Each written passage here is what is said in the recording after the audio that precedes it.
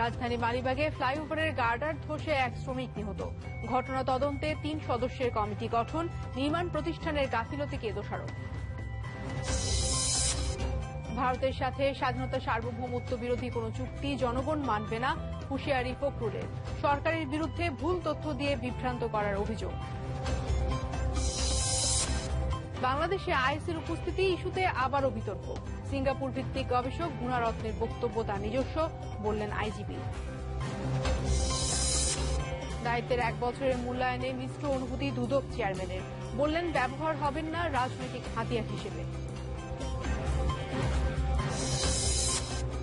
দুপুরে বাংলাদেশে এছাড়াও থাকছে কলম্বোর পিসারায় অনুশীলনে বাংলাদেশ দল। ১৭তম টেস্ট স্মরণীয় করে রাখার আশা, খারাপ ফর্মের কারণে মাহমুদুল্লাহ বাদ।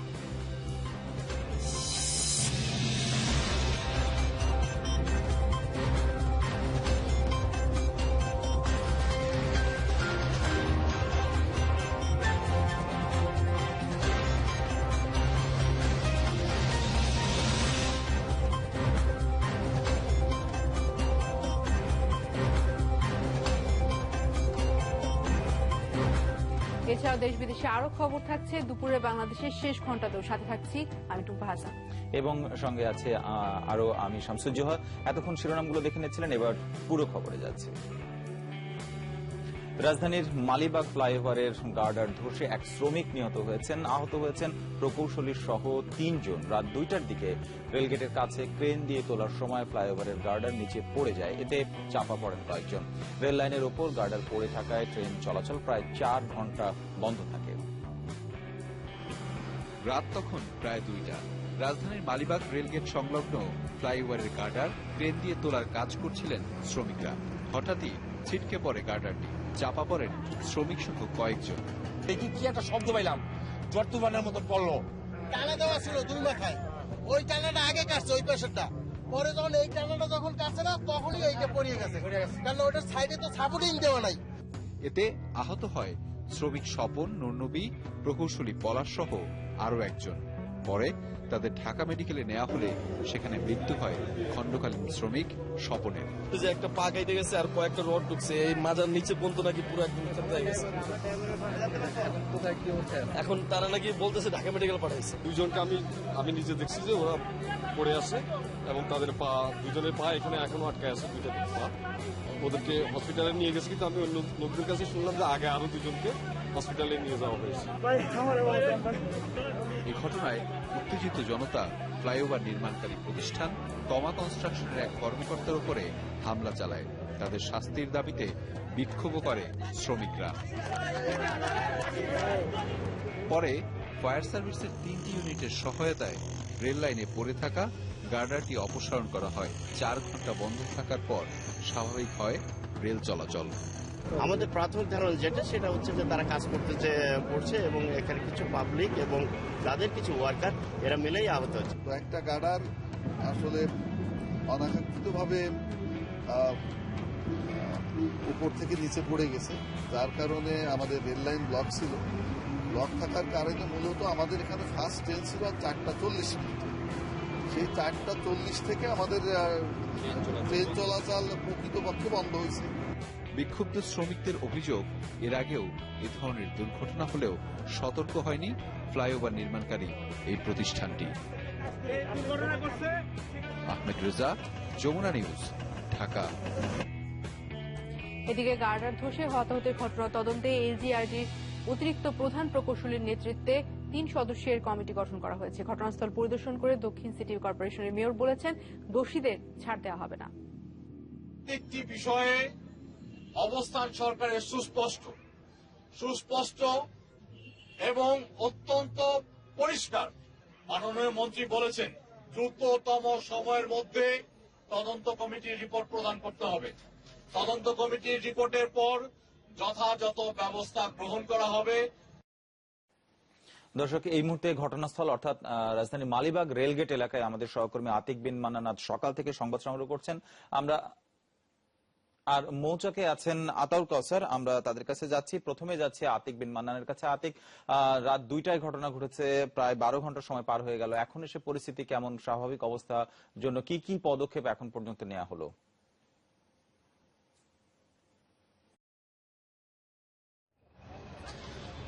জোহা, যে বিষয়টি হচ্ছে গতকাল রাতে 2টায় ঘটনা ঘটার পরপরই কিন্তু যে ঘটনা যে জায়গাটিতে ঘটেছিল ঠিক আমি সেই জায়গাটিতেই দাঁড়িয়ে রয়েছে।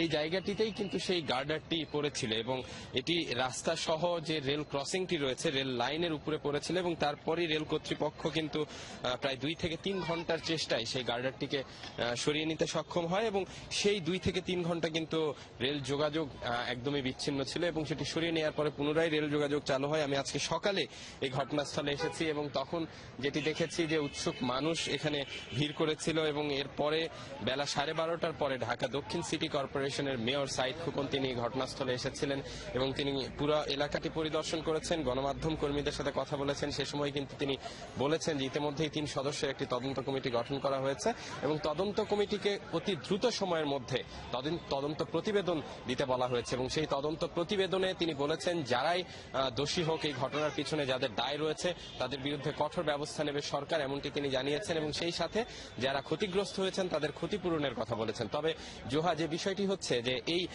মৌচাক মালিবাগ যে ফ্লাইওভারের নির্মাণ কাজ নিয়ে কিন্তু এখানকার সাধারণ মানুষের মধ্যে অনেক ক্ষোভ রয়েছে। তারা বলেছেন যে অনেক সময় ছোটখাটো দুর্ঘটনা ঘটেছে কিন্তু যারা নির্মাণ প্রতিষ্ঠান রয়েছেন তারা সে বিষয়ে কর্ণপাত করেননি এবং এছাড়াও যে সাধারণ মানুষের জনদুর্ভোগ সেটিও তারা উল্লেখ করেছেন যে ফ্লাইওভার নির্মাণ কাজের সময় বিকল্প রাস্তা তৈরি করা বা সেই ফ্লাইওভারের নির্মাণ কাজের নিচে যে রাস্তাগুলো সেগুলো সুষ্ঠুভাবে ব্যবস্থাপনা করা সেই বিষয়টি কিন্তু হয়নি এবং যার ফলে এই এলাকার মানুষদের মধ্যে অনেক ভোগান্তি রয়েছে এই পুরো বিষয়টি নিয়ে। জোহা, আপনাকে ধন্যবাদ। দর্শক, আমরা এতক্ষণ আতিক বিন মান্নানের কাছ থেকে শুনছিলাম এই ফ্লাইওভারের মালিবাগ অংশ থেকে। এবার মৌচাক অংশ থেকে আমাদের আরেক সহকর্মী আতাউল কাউসার যোগ দিচ্ছেন, তার কাছে যাচ্ছে। আতাউল কাউসার, দীর্ঘদিন ধরে এই ফ্লাইওভারের নির্মাণ কাজ চলছে, ভোগান্তি তো প্রতিদিন সেটি চলছে, এর সাথে এই যে এক ধরনের আশঙ্কা এবং হত্যাকাণ্ডের মতো বড় বড় দুর্ঘটনা ঘটছে, মারা যাচ্ছে মানুষ, তো ওই অঞ্চলের সাধারণ মানুষ যারা, তাদের প্রতিক্রিয়া কি, তারা ঠিক কি বলছেন?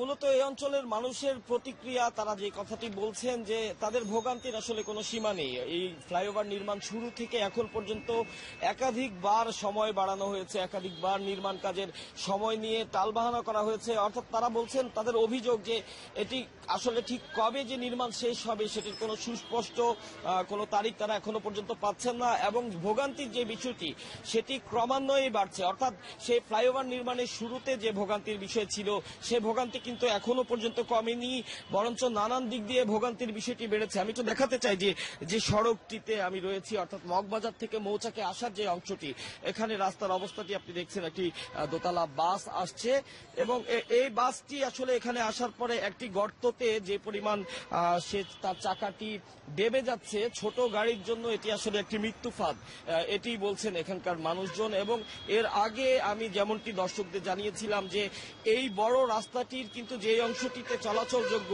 সেই অংশটিতে নির্মাণকারী সংস্থা তাদের যাবতীয় মালামাল রেখেছে এবং সেই অংশটুকুই খালি রয়েছে যেটি আসলে চলাচলের জন্য মোটেই যোগ্য নয়। তো আপনি দেখতে পাচ্ছেন যে 30 ফিট চওড়া হবে মোটামুটি রাস্তাটি। এই 30 ফিট চওড়া রাস্তার অন্তত 12 থেকে 14 ফিট এলাকা জুড়েই কিন্তু নির্মাণ কাজের নানান জিনিসপত্র রাখা হয়েছে। বাকি যে অংশটুকু রয়েছে সেটি দিয়ে আসলে মানুষ চলাচল একেবারেই কষ্টসাধ্য। অথচ এই এলাকায় অনেক ছোট বাচ্চারা রয়েছে যারা নিয়মিতই স্কুলে আসা যাওয়া করে এই রাস্তাটি দিয়েই। বেশ কয়েকটি হাসপাতালও রয়েছে এবং সেই হাসপাতালগুলোতেও রুগীরা আসা যাওয়া করেন। তো যার প্রেক্ষিতে এই রাস্তা দিয়ে কিন্তু এই ছোট বাচ্চা এবং রুগী তাদের আসা যাওয়া, তাদের ভোগান্তি বা কষ্টের যে বিষয়টি সেটিকে অনেক গুণ বেশি বাড়িয়ে দিচ্ছে। এর সাথে যোগ হয়েছে নিরাপত্তাহীনতার বিষয়টি, অর্থাৎ নির্মাণ চলাকালীন অবস্থায় যে উপর থেকে নানাবিধ জিনিস পড়ে নির্মাণকারী শ্রমিক এবং পথচারী মানুষজন তাদেরও প্রাণহানির মতন ঘটনা ঘটছে। তো সব মিলিয়ে আসলে এই দুর্ভোগের একটি শেষ হবে অতি শীঘ্রই, এমনটি আসলে আশা করছেন। আমরা ছবিতে সেই দুর্ভোগের আশঙ্কাটা দেখছিলাম। আপনাকে ধন্যবাদ কাউসার আমাদের সাথে যোগ দেওয়ার জন্য। কমছেই না অপমৃত্যুর ঘটনা। কেবল ঢাকা মেডিকেলের পরিসংখ্যানই বলছে প্রতি মাসে অপমৃত্যুর শিকার হন প্রায় ৩০০ মানুষ। কেউ ম্যানহোলে পড়ে, কেউ রেলে কাটা পড়ে, কেউ বা আবার নির্মাণাধীন ভবনে কাজ করতে গিয়ে। সাধারণ মানুষ মনে করে উন্নয়নের সাথে সাথে বাড়ছে নিরাপত্তাহীনতাও। আর বিশ্লেষকরা বলছেন যথাযথ আইন ও শাস্তি নিশ্চিত করতে না পারাই এই নিরাপত্তাহীনতার কারণ। রাসেল আহমেদের রিপোর্ট। রাজধানীর ব্যস্ততম সড়কে মৃত্যুকূপ। রাতের অন্ধকারে সেই মরণ ফাঁদ এগিয়ে চলা কঠিন। সোমবার এমনই এক ফাঁদে পড়ে মারা যায় 50 এক ব্যক্তি। একজনের মৃত্যুর পর খোলা ম্যানহোলটিতে এবার সতর্কতামূলক বাদ দিয়েছে ঢাকা ওয়াসা। অ্যাক্সিডেন্টের পরে দিয়েছে, এটা অ্যাক্সিডেন্টের আগে দিলে কিন্তু এই ঘটনাটা ঘটতো না। কাম করে এরা তাও এক সপ্তাহ আগে খুলে রাখছে। জনগণের কোনো নিরাপত্তাই নাই, কারণ জনগণের যদি নিরাপত্তা থাকতো তাহলে যে কাজ করার আগে তারা এই জিনিসগুলো সুন্দরভাবে করতো। তথ্য হাতড়ালে রাজধানী জুড়ে পাওয়া যায় এমন অপমৃত্যুর অসংখ্য উদাহরণ। কয়েকদিন আগে রেলে কাটা পড়ে মারা যান অজ্ঞাতনামা 3 যুবক। রক্ষা পাননি বিশ্ববিদ্যালয়ের শিক্ষার্থী থেকে খোদ রেলওয়ে কর্মচারীও। আমরা তো কেউই নিরাপদ না, এখন এটাই বোঝা যাইতেছে। যে ব্যবস্থাটা এটা আসলে খুবই শোচনীয়জনক। তো আমরা আসলে এর থেকে পরিত্রাণ পেতে চাই। বাসার থেকে বের হইলে আমরা নিরাপদে যে বাসায় ফিরতে পারবো এরকমের কোনো আসলে গ্যারান্টি নাই। উন্নয়ন কাজের সময় অপঘাতে মৃত্যুও কম হয়নি। গেল বছর নির্মাণাধীন ভবন থেকে পড়া ইটে মারা যান আদাবরের এক ভ্যান চালক। শুধু তাই না, ফ্লাইওভার থেকে রড পড়ে মারা যান ইমন নামের এক নির্মাণ শ্রমিক। বারবার এমন প্রাণহানির দৃষ্টান্তেও টনক নড়েনি। দিব্যি ব্যস্ত সড়কের পাশে সরকারি ভবনের কাজ চলছে নিরাপত্তা ব্যবস্থা ছাড়াই। এ ধরনের নগর উন্নয়ন কাজকে সম্পূর্ণ পরিত্যাজ্য করা। মনে রাখতে হবে, জনদুর্ভোগকে প্রাধান্য দেয় না বা জনদুর্ভোগকে মোকাবেলা করে না এরকম নির্মাণ কার্যক্রম কোনোভাবে গ্রহণযোগ্য হতে পারে না। ঢাকা মেডিকেল কলেজের মর্গের তথ্য অনুযায়ী প্রতি বছর অপমৃত্যুর ঘটনা ৩৫০০। নগর বিশ্লেষকদের মতে উন্নয়ন সংস্কার হতেই হবে, কিন্তু অবহেলার যথাযথ শাস্তি নিশ্চিত করা জরুরি। অপঘাত হিসেবে রেকর্ড হয়, এগুলো যে দুর্ঘটনাজনিত মৃত্যু এবং অনেক ক্ষেত্রেই অবহেলাজনিত দুর্ঘটনার কারণে মৃত্যু এইভাবে দেখা হচ্ছে না। এবং এই সুরক্ষার জন্য প্রয়োজনীয় আইন বাংলাদেশ ন্যাশনাল বিল্ডিং কোডও নেই, ইমারত বিধিমালাও নেই, অন্য কোনো আইনে আছে বলে আমার জানা নেই। মৃত্যু অমোঘ সত্যি, কিন্তু কারো অবহেলায় একটি প্রাণ হারালে তা মেনে নেওয়া কঠিন। রাসেল আহমেদ, যমুনা নিউজ, ঢাকা। ওজনে কম দিলে এবং কারসাজি করলে জেল জরিমানার বিধান রেখে স্ট্যান্ডার্ড ওজন ও পরিমাপ আইন 2017 খসড়ার অনুমোদন দিয়েছে মন্ত্রিসভা। প্রধানমন্ত্রী শেখ হাসিনার সভাপতিত্বে মন্ত্রিসভার বৈঠকে এই অনুমোদন দেওয়া হয়। আইনে রফতানি পণ্যে ওজন কম দিলে 2 বছরের জেল এবং 50,000 টাকা জরিমানা, এবং অনুমোদন ছাড়া বাটখারা ব্যবহার করলে 1 বছরের জেল এবং 1 লাখ টাকার জরিমানার বিধান রাখা হয়েছে। এছাড়া মন্ত্রিসভার বৈঠকে বাংলাদেশ শিল্প প্রতিষ্ঠান জাতীয়করণ আইন 2017 খসড়ারও অনুমোদন দেওয়া হয়েছে। বৈঠকের শুরুতে ব্রাজিলে নিযুক্ত বাংলাদেশি রাষ্ট্রদূত মিজানুল কায়েসের মৃত্যুতে শোক প্রকাশ করা হয়। নন স্ট্যান্ডার্ড কোন পরিমাপক বাটখারা টাটখারা যদি কেউ বানায়, তাহলে তার শাস্তি হলো অনুরূপ 1 বছরের কারাদণ্ড অথবা 1 লক্ষ টাকা জরিমানা। যে জরিমানাটা আগে ছিল 10,000 টাকা, সেটা 1 লক্ষ টাকা প্রস্তাব করা হয়। দেশের স্বাধীনতা সার্বভৌমত্বের বিরুদ্ধে যায় এমন কোন চুক্তি মেনে নেবে না জনগণ। প্রধানমন্ত্রী ভারত সফর প্রসঙ্গে এই মন্তব্য করেন বিএনপি মহাসচিব মির্জা ফখরুল ইসলাম আলমগীর। আজ দুপুরে নয়াপল্টনে দলীয় কার্যালয়ে যৌথ সভা শেষে ব্রিফিং এ তিনি এই মন্তব্য করেন। উন্নয়নের ভুল তথ্য দিয়ে জনগণকে বিভ্রান্ত করছে সরকার, অভিযোগ করেন মির্জা ফখরুল। তিনি বলেন, বিএনপিকে নিয়ে প্রধানমন্ত্রী মিথ্যাচার করছেন। সরকারের উচ্চ পর্যায় থেকে এমন বক্তব্য কাম্য নয়। স্বাধীনতা দিবস উপলক্ষে র্যালি সহ 7 দিনের কর্মসূচি ঘোষণা করেন বিএনপি মহাসচিব।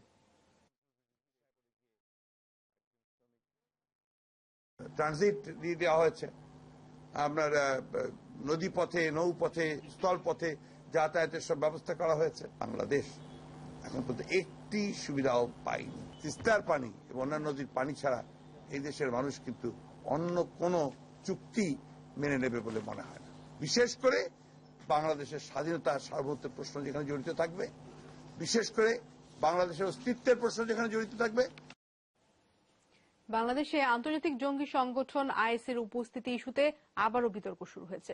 রোববার পুলিশ প্রধানদের সম্মেলনে সিঙ্গাপুর ভিত্তিক গবেষণা প্রতিষ্ঠান ICPVTR এর প্রধান রোহান গুণারত্নে বলেন, গুলশানে হোলি আর্টিজানে হামলা চালিয়েছিল আইএস।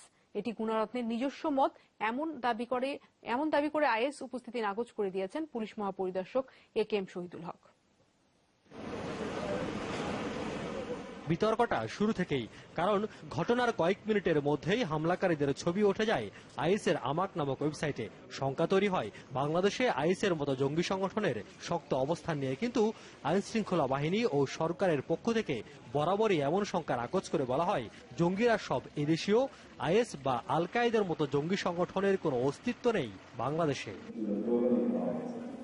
পুরনো বিতর্কে আবারও যেন ঘি ঢেলেছেন গবেষণা প্রতিষ্ঠান international centre for political violence and terrorism রিসার্চের প্রধান রোহান গুণরত্নে বলেন, শুধু গুলশান হামলাই নয়, ইতালীয় নাগরিক তাভেল্লা চেজার ও জাপানি নাগরিক হোশি কুনিওর হত্যাকারীও IS. IS fights in a different way from JMB. JMB did not kill foreign nationals, Italians, Japanese. JMB did not attack Christians and Buddhists and Hindus. জঙ্গি বিষয়ে এই খ্যাতিমান গবেষকের বক্তব্য আবারও নাকচ করলেন বাংলাদেশ পুলিশ প্রধান। বলেছেন, বাংলাদেশে আইএসের উপস্থিতি নিয়ে চলছে আন্তর্জাতিক অপপ্রচার। তার মতন বলার সাথে আমাদের বাস্তবতা মিল থাকতে হবে। সে যাকে আইএস বলে, আমরা যাদেরকে এই গ্রুপের lot of people have been captured by us, they are under custody, our custody. যারা অ্যারেস্ট হয়েছে তারা কোনোদিন একজনও স্বীকার করেনি যে আমি আইএস এর ভাবাদর্শে তারা উদ্বুদ্ধ হতে পারে, তা আইএস এর ফিলোসফি তারা হয়তো বিশ্বাস করতে পারে, কিন্তু they don't have any link with the IS. সন্ত্রাসবাদ দমনে ইন্টারপোল সহ বিভিন্ন সংস্থার সঙ্গে বাংলাদেশ দক্ষতার সঙ্গে কাজ করে যাচ্ছে বলে জানান পুলিশ প্রধান। রিয়াজ রায়হান, যমুনা নিউজ, ঢাকা। দুর্নীতির তথ্য প্রমাণ পেলে ছাড় পাবেন না ক্ষমতাসীনরাও, এমন দাবি দুর্নীতি দমন কমিশন দুদক চেয়ারম্যান ইকবাল মাহমুদের। দায়িত্ব নেওয়ার 1 বছরে দুদকের কার্যক্রম সম্পর্কে যমুনা নিউজকে জানালেন, ব্যবহার হবেন না রাজনৈতিক হাতিয়ার হিসেবে। জানান, চুনোপুটি বা রাঘব বল নয়, দুর্নীতির বিরুদ্ধে দুদকের অভিযান চলবে। তার সাথে কথা বলেছেন সহকর্মী আলমগীর স্বপন।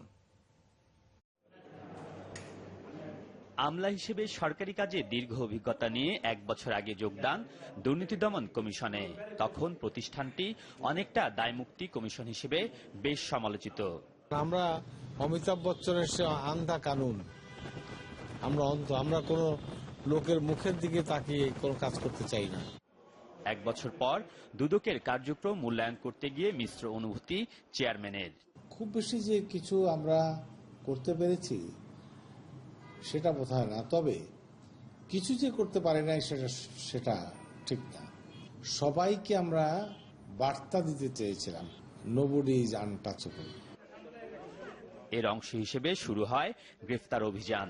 এই সময়ে দুর্নীতির বিভিন্ন মামলায় গ্রেফতার হয় 438 জন। অভিযান হলেও প্রশ্ন ওঠে প্রভাবশালীদের ছাড় দেয়া নিয়ে। ক্ষমতাসীন যাদের বিরুদ্ধে দুর্নীতির অভিযোগ আছে তাদের বিরুদ্ধে আগের মতোই নমনীয় দুদক। আপনার একটা প্লেটে বিরিয়ানি যদি আপনি এতগুলা নেন, আপনি খাইতে পারবেন না। তো এটি একটি ছোট্ট অর্গানাইজেশন, আপনি যদি এত কিছু নিয়ে করেন, আপনি কোনোটাই করতে পারবেন না। যারা ইনকামপেন্ট তাদের বিরুদ্ধে অভিযোগটা আসে না। 2016-তে আপনারা দেখেছেন যে ক্ষমতা দেখিয়েও সবসময় পার পাওয়া যায় না। বহু ক্ষমতাধর মানুষের আমরা আইনের কাছে নিয়ে গেছি। মন্ত্রী, এমপি ও সরকারি কর্মকর্তা কর্মচারীদের সম্পদের হিসাব চাওয়া রাজনৈতিক সিদ্ধান্ত বলে মনে করেন ইকবাল মাহমুদ। চিন্তা আছে, এটা একটা কমপ্লিকেটেড বিষয়। এটা সিঙ্গেল আউট করলে কিন্তু বিপদ হয়ে যাবে। এটা রোবাস্টলি যদি আপনি না করেন, এবং আমি ব্যক্তিগতভাবে মনে করি একটি রাজনৈতিক সিদ্ধান্ত আসতে হবে। তবে দুদকে কাজ করতে গিয়ে এখন পর্যন্ত কোনো রাজনৈতিক ও প্রশাসনিক চাপে পড়তে হয়নি বলে দাবি তার। দুর্নীতি দমন স্বাধীনভাবে কাজ করছে, কথা সম্পূর্ণ সত্য। আপনি এতক্ষণ বসেছিলেন, কোনো টেলিফোন পেয়েছেন আমার মোবাইল? হ্যাঁ, বাংলাদেশে তো অনেক লোক আছে, অনেক সচিব, মাননীয় মন্ত্রী, অনেকেই আছেন। এটা একটা এক্সাম্পল। চেয়ারম্যান জানান, দুদক যেন রাজনৈতিক হাতিয়ার হিসেবে ব্যবহার না হয় সে বিষয়ে সতর্ক আছেন তারা। আলমগীর স্বপন, যমুনা নিউজ, ঢাকা। দুপুরে বাংলাদেশ থেকে এবার একটা বিরতি নিচ্ছি, ফিরে এসে থাকছে। কুমিল্লা সিটি নির্বাচনে কাউন্সিলর প্রার্থীদের মধ্যে 21 জনই ফৌজদারি মামলার আসামি, শিক্ষা সনদ নেই 55 জনের। আবারও স্বাগত, ফিরে এলাম দুপুরে বাংলাদেশে। বেশ ঊর্ধ্বমুখী পুঁজিবাজার। গত 5 মাসে ডিএসইর সার্বিক মূল্যসূচক বেড়েছে 1000 পয়েন্টেরও বেশি। তবে দাম বৃদ্ধিতে কতটা ভালো মানের কোম্পানির অবদান রয়েছে তা নিয়ে তৈরি হয়েছে প্রশ্নের। বিশ্লেষকরা বলছেন, টানা এই উত্থান স্বাভাবিক বাজারের লক্ষণ নয়। পুরনো কারসাজিকারীরা আবারও সক্রিয় হয়ে উঠছে বলে অনেকের আশঙ্কা। নিয়ন্ত্রক সংস্থাকে নজরদারি বাড়ানোর পরামর্শ তাদের। গত কয়েক বছরে পুঁজিবাজারে নানা ধরনের সংস্কার হয়েছে। সরকারের পক্ষ থেকে নেওয়া হয়েছে ইতিবাচক পদক্ষেপ। আস্থা বেড়েছে দেশি ও বিদেশি বিনিয়োগকারীদের, আর এসব কারণে সূচক ও লেনদেনে এখন চাঙ্গা ভাব। তবে ঊর্ধ্বমুখী এ বাজারে বেশ জোরে সুরেই বাড়ছে দুর্বল মূল্যভিত্তি সম্পন্ন জেড ক্যাটাগরির কোম্পানির শেয়ারের দর। ডিএসইতে বর্তমানে জেড ক্যাটাগরিতে রয়েছে 46টি কোম্পানি, আর সিএসইতে রয়েছে 37টি। গত 3 মাসের বাজার পর্যবেক্ষণে দেখা গেছে জেড ক্যাটাগরির জিল বাংলার দর বেড়েছে 99%, শ্যাম্পু সুগারের ক্ষেত্রে তা 92%, আর বেক্সিমকো সিনথেটিক্সের শেয়ারের দর বেড়েছে 43%। আর এতেই শঙ্কিত বিশ্লেষকরা। বেশ কিছু খারাপ কোম্পানির শেয়ারও বাড়ছে এবং এর মধ্যে কিছু কিছু জেট কোম্পানির শেয়ার অন্তর্ভুক্ত আছে। সাধারণ শেয়ার হোল্ডার যারা আছেন তাদেরকে কিন্তু একটু সতর্ক হতে হবে। যদি সতর্কতারা না হন, হয়তো দেখা যাবে অতিমূল্যায়িত শেয়ার কিনে পরে আবার পস্তাবেন। তাদের মতে নিয়ন্ত্রককারী সংস্থাকে নজরদারি আরো বাড়াতে হবে। এখনো পর্যন্ত বিনিয়োগের উদ্দেশ্যে পুঁজিবাজারকে যে যথার্থভাবে ব্যবহার করে এগুলো, সেটা সুযোগ করে দিয়েছে ফাটকাভাবে, কিন্তু সেটা যে বিনিয়োগে রূপান্তরিত হয়েছে এর কোনো নিশ্চয়তা আমরা দেখেছি ঘটেনি। বরং যদিও স্টক এক্সচেঞ্জ ও বিএসইসিতে সার্ভিলেন্স সফটওয়্যার রয়েছে, এর মাধ্যমে সার্বক্ষণিক লেনদেনের উপর নজর রাখা হচ্ছে। কিন্তু গুজবের মাধ্যমে শেয়ারের দাম বাড়ালে সেক্ষেত্রে বিএসইসির বেশি কিছু করার থাকে না। এ অবস্থায় জেনে বুঝে বিনিয়োগের আহ্বান সংশ্লিষ্টদের। সীমা ভৌমিক, যমুনা নিউজ, ঢাকা। কুমিল্লা সিটি নির্বাচনে মনোনয়ন প্রত্যাহারের শেষ দিন কাল, এই বিষয়ে আরো জানবো। আমাদের সহকর্মী সাইফুদ্দিন রবিন আছেন সেখানে। রবিন, আগের ঘন্টায় আপনি যোগ দিয়েছিলেন, বলছিলেন যে নির্বাচনী ব্যস্ততা বেড়েছে, সেই সাথে একটা আমেজ তৈরি হয়েছে নির্বাচনে। বেলা গড়িয়ে দুপুর হলো, আজ তো কাল মনোনয়ন প্রত্যাহারের শেষ দিন। এ পর্যন্ত কতজন প্রত্যাহার করলেন? ভোটারদের মাঝে সাড়া কেমন দেখছেন?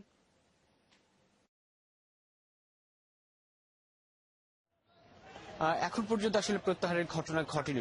আগামীকাল মনোনয়নপত্র প্রত্যাহারের শেষ দিন এবং মূলত মেয়র পদে প্রতিদ্বন্দ্বিতা করছেন 3 প্রার্থী। আওয়ামী লীগ সমর্থিত একজন, বিএনপির তরফ থেকে মনোনয়ন পেয়েছেন একজন, অন্যদিকে জাসদ রবের একজন প্রার্থী মেয়র পদে প্রতিদ্বন্দ্বিতা করছেন, আর 27টি ওয়ার্ডে 139 জন কাউন্সিলর প্রার্থী প্রতিদ্বন্দ্বিতা করছেন। এখন পর্যন্ত মনোনয়নপত্র প্রত্যাহারের ঘটনা ঘটেনি। ভোটারদের মধ্যে উৎসাহ উদ্দীপনা আসলে ধীরে ধীরে তৈরি হচ্ছে। আগামীকাল মনোনয়নপত্র প্রত্যাহারের শেষ দিন এবং এর পরদিনই প্রতীক বরাদ্দ এবং এরপরই মূলত আনুষ্ঠানিক জনসংযোগ প্রক্রিয়া শুরু হবে। তারপর পরই বলা যায় যে কুমিল্লা সিটি কর্পোরেশন এলাকায় বা কুমিল্লা শহরে আসলে নির্বাচনে সেই পরিবেশ বা আমেজটুকু সম্পূর্ণরূপে তৈরি হবে। আপাতত প্রার্থীদের ব্যস্ততা যেটুকু সাংগঠনিকভাবে নিজেদের গোছানোর তৎপরতা চলছে। আমি যেখানে রয়েছে এখানে খানিক আগেই শেষ হয়েছে একটি বৈঠক, যে বৈঠকে সভাপতিমণ্ডলীর সদস্য, আওয়ামী লীগের সভাপতিমণ্ডলীর সদস্য কাজী জাফরুল্লাহ তিনি উপস্থিত ছিলেন মেয়র পদে আওয়ামী লীগের তরফ থেকে মনোনয়ন যিনি পেয়েছেন তিনি, এবং স্থানীয় নেতৃবৃন্দ যাদের মধ্যস্থতায় বা যাদের সেই বৈঠকে আসলে মূলত এই নির্বাচন এবং সেই নির্বাচন কেন্দ্রিক নানান পরিকল্পনা, অভ্যন্তরীণ কোন্দল নিরসন এবং আওয়ামী লীগ সমর্থিত প্রার্থীকে বিজয়ী করার সেই বিষয়গুলো নিয়েই আলাপ আলোচনা হয়েছে। অন্যদিকে বিএনপির তরফ থেকে বিএনপি স্থায়ী কমিটির সদস্য নজরুল ইসলাম খানকে প্রধান করে একটি কমিটি গঠন করা হয়েছে। সেই ধরনের, অর্থাৎ বলা চলে একেবারেই সাংগঠনিক কর্মকাণ্ডের মধ্য দিয়েই মূলত মেয়র প্রার্থীরা এখন তাদের সেই ব্যস্ত সময়টুকু পার করছেন এবং এরপরে প্রতীক বরাদ্দ হওয়ার পর আনুষ্ঠানিক জনসংযোগ প্রক্রিয়া শুরু হবে। টুম্পা, ব্যস্ততা বেড়েছে নির্বাচনকে সামনে রেখে। ধন্যবাদ আপনাকে রবিন। এদিকে কুমিল্লা সিটি নির্বাচনে সাধারণ কাউন্সিলর প্রার্থীদের মধ্যে 21 জনই ফৌজদারি মামলার আসামি। বিস্ফোরক দ্রব্য, নারী নির্যাতন, মাদক অস্ত্র আইনে তাদের বিরুদ্ধে 96টি মামলা রয়েছে। নগরীর 27টি ওয়ার্ডের প্রার্থীদের হলফনামার তথ্যে দেখা গেছে সাধারণ ও সংরক্ষিত আসন মিলে 223 প্রার্থীর মধ্যে 55 জনেরই কোন রকম শিক্ষা সনদ নেই। দ্বিতীয়বারের মতো হতে যাওয়া কুমিল্লা সিটি কর্পোরেশন নির্বাচনে 27টি ওয়ার্ডে কাউন্সিলর পদে মনোনয়ন জমা দেন 223 জন। এর মধ্যে সাধারণ 181 ও সংরক্ষিত আসনে 42 জন নারী তাদের প্রার্থিতা জানান। হলফনামার তথ্য যাচাই বাছাই করে দেখা যায় 223 প্রার্থীর মধ্যে 21 জনই ফৌজদারি আসামি। এর মধ্যে 10 জনের বিরুদ্ধে নারী নির্যাতন, মাদক ও অস্ত্র আইনে একাধিক মামলা রয়েছে। নির্বাচনের আগে খালাস পেয়েছেন 19 জন। তারা তো মামলা নিয়ে ব্যস্ত থাকবে, সেক্ষেত্রে তো তারা মামলা করবে না, কাউন্সিলিং করবে বা আমাদের জনগণের সেবা করবে। সাধারণ ও সংরক্ষিত আসনে 2 শতাধিক প্রার্থীর মধ্যে 55 জনেরই কোন রকম শিক্ষা সনদ নেই। কিন্তু একটা সিটি কর্পোরেশন, এটা সাধারণ পৌরসভা নয়। এখানে একজন কাউন্সিলরের ন্যূনতম শিক্ষাগত যোগ্যতা কি হবে, একজন মেয়রের শিক্ষাগত যোগ্যতা কি হবে, এটা ইলেকশন কমিশনের উচিত, সরকারের উচিত একটা ক্রাইটেরিয়া নির্ধারণ করে দেওয়া। এখানে ভোটাররা 2 ভাবে বিভক্ত হয়ে যাবে, ক্যান্ডিডেটদের 2 দলের মধ্যে এটা বিভক্ত থাকবে। বিভক্ত থেকে এখন এটা এমন অবস্থা হয়ে দাঁড়ায় যে দল যাকে দিছে, দলের লোকরা তাদেরকেই ভোটটা দিবে এবং তার এই যে যোগ্যতার কথাই বলি, দক্ষতার কথাই বলি, তার পরিশীলিত আচরণের কথাই আমরা বলি, এটা কোনোভাবেই এদের কাছে বিবেচ্য না। এর মধ্যে বিভিন্ন সময়ে দায়ের করা রাজনৈতিক মামলাও আছে। কমিশন বলছে, মামলা বিচারাধীন থাকায় নির্বাচনে অংশ নিতে তাদের কোনো বাধা নেই। তার এখনো পানিশমেন্ট হয়নি, প্রক্রিয়াধীন আছে। সেক্ষেত্রে আমরা কেউ যদি প্রার্থী হতে চায়, সেক্ষেত্রে তার কোনো সমস্যা নাই। মামলার রায়ে দোষী প্রমাণিত হলে সেক্ষেত্রে পরবর্তীতে নির্বাচন কমিশন বিধি মোতাবেক ব্যবস্থা নেবে বলে জানিয়েছেন রিটার্নিং অফিসার। আমিন বাবু, যমুনা নিউজ। সুষ্ঠু ও গ্রহণযোগ্য নির্বাচনের প্রেক্ষাপট তৈরিতে কাজ শুরু হয়েছে। জাতীয় নির্বাচনের আগে সব দলের আস্থাও অর্জন করবে কমিশন। চট্টগ্রামে এমন মন্তব্য করেছেন প্রধান নির্বাচন commissioner KM Nurul Huda. Chittagong circuit হাউসে স্মার্ট কার্ড বিতরণ কার্যক্রম উদ্বোধন অনুষ্ঠানে তিনি এসব কথা বলেন। স্মার্ট কার্ড বিতরণের কাজ আজ উদ্বোধন হলেও ভোটারদের কার্ড দেওয়া হবে 16 মার্চ থেকে। প্রথম দফায় দেওয়া হবে শুধুমাত্র কোতোয়ালি এবং ডাবল মোরিং এলাকার ভোটারদের, পরে বিতরণ করা হবে অন্যান্য ওয়ার্ডে। চট্টগ্রাম মহানগরীতে মোট ভোটার সংখ্যা প্রায় 18 লাখ। অনুষ্ঠানে উপস্থিত ছিলেন নির্বাচন কমিশনার শাহাদাত হোসেন চৌধুরী এবং নির্বাচন কমিশন সচিব মোহাম্মদ উল্লাহ সহ আরো অন্যরা। অংশগ্রহণ করার জন্য আমরা ক্ষেত্র তৈরি করা শুরু করেছি। নির্বাচনমুখী পরিবেশ তৈরি করা যায় সেভাবে আমরা কাজ করে যাচ্ছি। সেই আমাদের কার্যক্রম ভালো হবে আশা করি। তা যদি হয়, তা করতে পারি, আমার বিশ্বাস যে সব রাজনৈতিক দল আমাদের নির্বাচন কমিশনের উপর আস্থা রাখবে। ফারাক্কা ও গাজনডোবা বাঁধ সহ নদী ধ্বংসকারী বাঁধ ভেঙে ফেলার দাবি জানিয়েছে বাংলাদেশ পরিবেশ আন্দোলন ও জাতীয় নদী রক্ষা আন্দোলন। সকালে এক সংবাদ সম্মেলনে এই দাবি তুলে ধরা হয়। পাশাপাশি জাতিসংঘের পানি প্রবাহ আইনের ভিত্তিতে গঙ্গা ও তিস্তার সমগ্র অববাহিকার জন্য আঞ্চলিক পানি ব্যবহার চুক্তি নিশ্চিত করারও দাবি জানানো হয়। সংবাদ সম্মেলনে বাপার সাধারণ সম্পাদক বলেন, শুধু বাংলাদেশিরা নয়, ভারতীয় রাজনীতিবিদ ও বিশিষ্ট ব্যক্তিরাও ফারাক্কা বাঁধের ক্ষতি বিবেচনা করে তা ভাঙার দাবি জানিয়েছেন। বাংলাদেশের 25টি নদী এখন মৃত্যুর মুখে, যার 17টি ফারাক্কার বাঁধের কারণে। তাই ফারাক্কা বাঁধ অপসারণে আর কোনো বিকল্প নেই।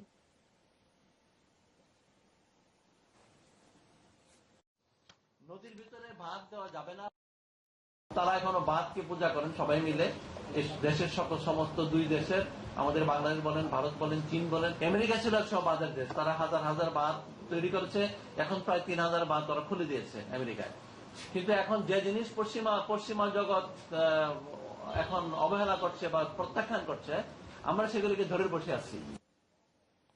এবার জানাবো শ্রীলঙ্কা বাংলাদেশ সিরিজের খবর। গোল টেস্টের স্মৃতি ভুলে 100তম টেস্টের জন্য প্রস্তুত হচ্ছেন টাইগাররা। আর এই ম্যাচটাকে স্মরণীয় করতে নিজেদের সেরাটা দিতেই মুখিয়ে সবাই। সব ক্রিকেটারের মধ্যেই এই নিয়ে বাড়তি তাগিদও কাজ করছে বলে জানালেন উইকেট রক্ষক এবং ব্যাটসম্যান লিটন দাস। একই সুর পেস বোলিং কোচ কোর্টনি ওয়ালশেরও। তার দাবি, যে কোনো পেসারও হয়ে যেতে পারে এই ম্যাচের নায়ক। গলের পর কলম্বোর তাপমাত্রা এখন অনেকটাই সহনীয় হয়ে এসেছে ক্রিকেটারদের কাছে। তবে গল টেস্টের স্মৃতিটা পড়াচ্ছে এখনো। কিন্তু ঐতিহাসিক 100তম টেস্ট যেন নতুন প্রেরণা টাইগারদের। গুরুত্বপূর্ণ টেস্ট, তার মধ্যে 100তম টেস্ট যেটা হয় সেটা হচ্ছে একটু মানুষের মধ্যে ফোকাসটা একটু অন্যরকম, যে চাবো জিনিসটাকে স্মরণীয় করতে। সবাই চাবে যে পারফরমেন্স দিয়ে নিজেকে একটা হিস্ট্রি নাম রাখতে আর কি। এগুলো দ্বিতীয় টেস্টের দলে পরিবর্তন আসছে কোচ নিশ্চিত করেছিলেন আগেই। শ্রীলঙ্কা থেকে দেশে ফিরছেন রিয়াদ, আর টানা দ্বিতীয় দিনের মতো লম্বা সময় ব্যস্ত থাকলেন সাব্বির রহমান। আমরা যে কম্বিনেশনেই খেলি, লক্ষ্য একটাই, ভালো খেলা। এটা বাংলাদেশের জন্য একটা বিশেষ টেস্ট। আমরা কোচিং স্টাফরাও অপেক্ষায় আছি এই ম্যাচে বাংলাদেশের জয়গান দেখার। এ ম্যাচেও 3 পেসার মাঠে নামাতে পারে বাংলাদেশ, তবে সামর্থ্যের কতটুকু দিতে পারছেন তারা। আরো ধারাবাহিক ও ধৈর্য ধরতে এদিকে দ্বিতীয় টেস্টের দল থেকে বাদ পড়েছেন ব্যাটসম্যান মাহমুদুল্লাহ রিয়াদ। বিষয়টি নিশ্চিত করেছেন দলের ম্যানেজার খালেদ মাহমুদ সুজন। তবে ওয়ানডে টি-20 দলে তিনি আছেন কি নেই তা এখনো পরিষ্কার করে বলেননি সুজন। সেকেন্ড টেস্টের জন্য রিয়াদকে স্কোয়াডে রাখা হয়নি, আর যেহেতু স্কোয়াডে রাখা হয়নি আর ওয়ানডেও আমাদের অনেক দেরিতে 22 তারিখে প্র্যাকটিস ম্যাচ হবে, বা হয়তো 19 তারিখে শেষ 20 তারিখে হয়তো টিমের ব্রেকও থাকবে। তো এতদিন রিয়াদ এখানে থাকাটা ওর জন্য হয়তো এমব্রেসিং ব্যাপার থাকতো, কারণ is a very senior player. আমরা চাই যে টেস্টটা ড্র করতে, আমরা জিততে চাই টেস্ট ম্যাচ। সুতরাং আমরা চাই না যে এখানে ইমোশনের একটা ব্যাপারটা থাকুক। তো এই জন্য আসলে ওই চিন্তা থেকে রিয়াদকে আমাদের ফেরত পাঠিয়ে দেওয়াটা, যে let him take a break, ফ্যামিলির সাথে থাকুক। এই সাথে দুপুরে বাংলাদেশে নিয়ে নিচ্ছে আরেকটা বিরতি।